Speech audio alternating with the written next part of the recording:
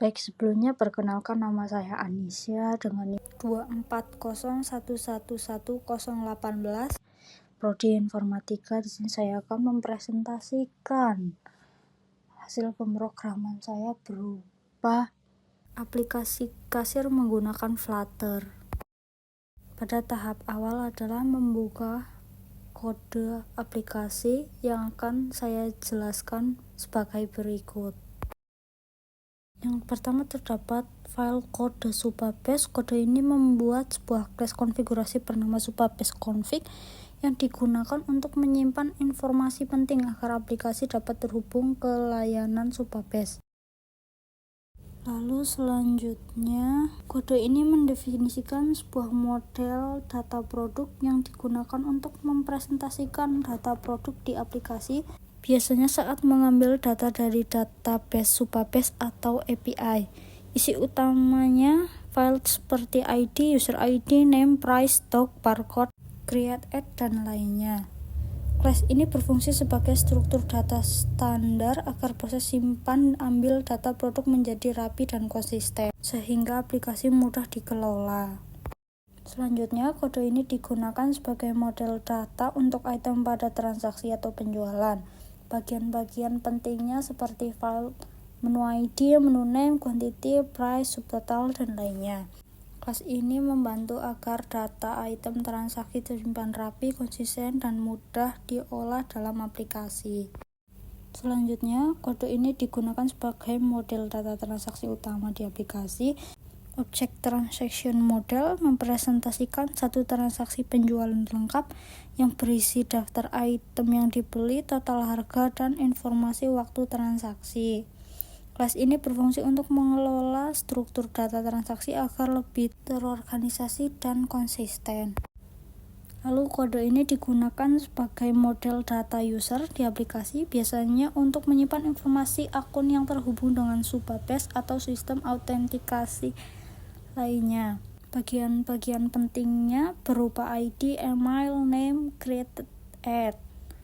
Kelas ini berfungsi untuk menstandarkan struktur data user sehingga proses pengelolaan data pengguna menjadi lebih rapi dan konsisten. Lalu selanjutnya untuk kode dashboard screen, kode ini membuat halaman dashboard aplikasi kasir yang menampilkan data pengguna yang login, statistik hari ini, menu aksi cepat, drawer, side atau sidebar plus logo, mendukung refresh data dan navigasi ke halaman lainnya. Layar ini berfungsi sebagai beranda utama untuk mengelola transaksi. Lalu selanjutnya kode login screen digunakan sebagai halaman login utama aplikasi. Halaman ini menampilkan form BC, email, dan password lengkap dan validasi input. Saat pengguna menekan tombol masuk, fungsi login akan dipanggil untuk mengirim data ke out service login. Selama proses berlangsung, muncul loading overlay agar pengguna tahu bahwa login sedang diproses. Sehingga login berhasil, aplikasi menampilkan tos sukses dan langsung berpindah ke halaman dashboard screen. Selanjutnya, produk from screen adalah halaman untuk menambah atau mengedit produk.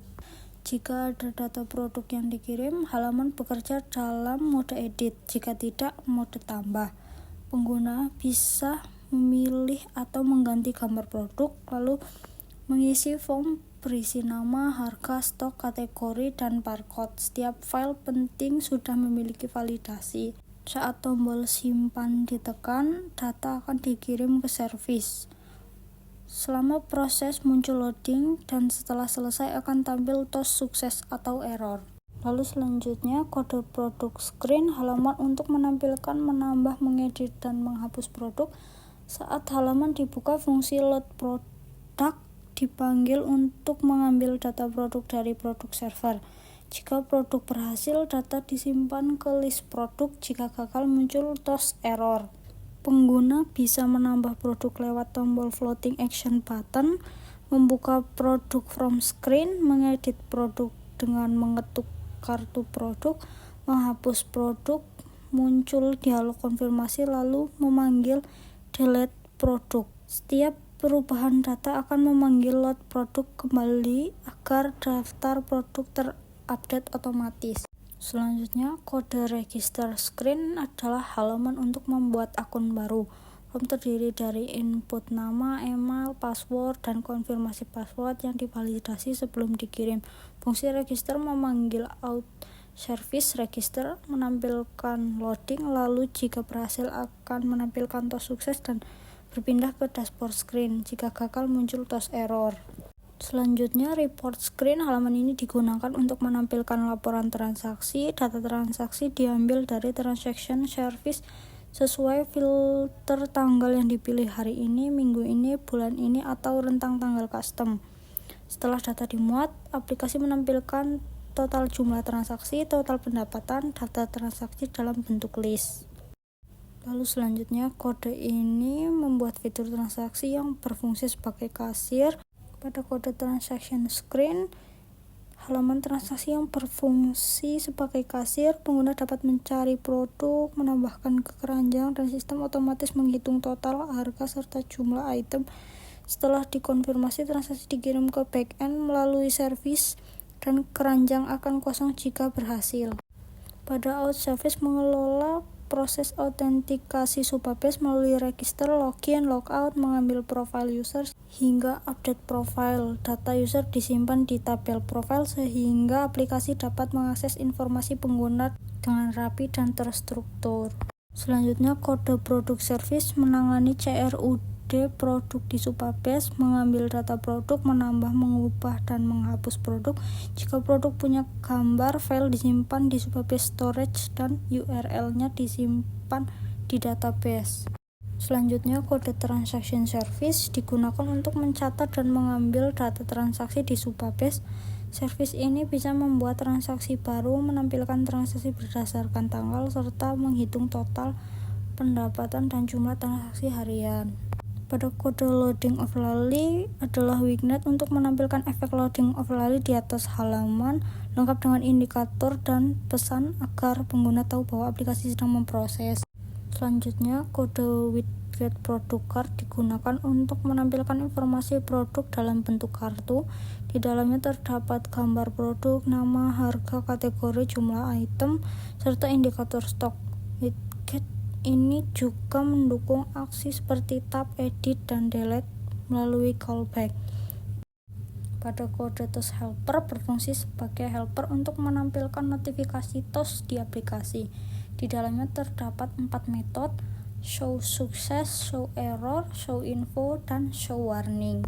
Kode MainDart adalah entry point aplikasi. Di sini aplikasi menginisialisasi lokal, tanggal Indonesia, dan Supabase, lalu menjalankan My App, material app, mengatur tema utama aplikasi, auto wrapper, mengecek status login. Jika user sudah login, masuk ke dashboard, kalau belum diarahkan ke halaman login. Selanjutnya kita akan running aplikasi. Setelah masuk ke tampilan, akan saya jelaskan sebagai berikut. Sebelumnya, jika belum memiliki akun, maka harus daftar dulu. Akan langsung masuk ke sistem karena login langsung disimpan. Selanjutnya terdapat menu kelola produk. Di sini untuk menambahkan produk, mengedit, dan menghapus. Lalu terdapat transaksi di sini berupa transaksi yang akan dilakukan. Lalu di sini ada lihat riwayat. Kita akan mencoba untuk menambahkan produk. Sebagai contoh, saya akan memasukkan produk berupa Robux. Lalu produk telah disimpan. Di sini saya akan menambahkan beberapa produk lagi untuk menjalankan menu transaksi.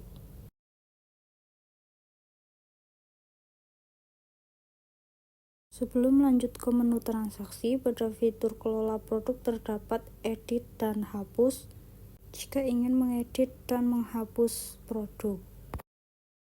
Selanjutnya masuk ke menu transaksi. saya akan mencoba melakukan transaksi dengan membeli 2 buah produk. Selanjutnya proses pembayaran. Jika pembayaran telah dilakukan, maka diproses. Selanjutnya dapat dilihat pada menu lihat laporan. Di situ akan muncul transaksi yang telah dilakukan. Di sini kita dapat melihat laporan berdasarkan waktu yang ingin kita tentukan. Selanjutnya saya akan melakukan transaksi ulang berupa 1 buah produk untuk melihat bahwa pendapatan produk berfungsi dengan semestinya.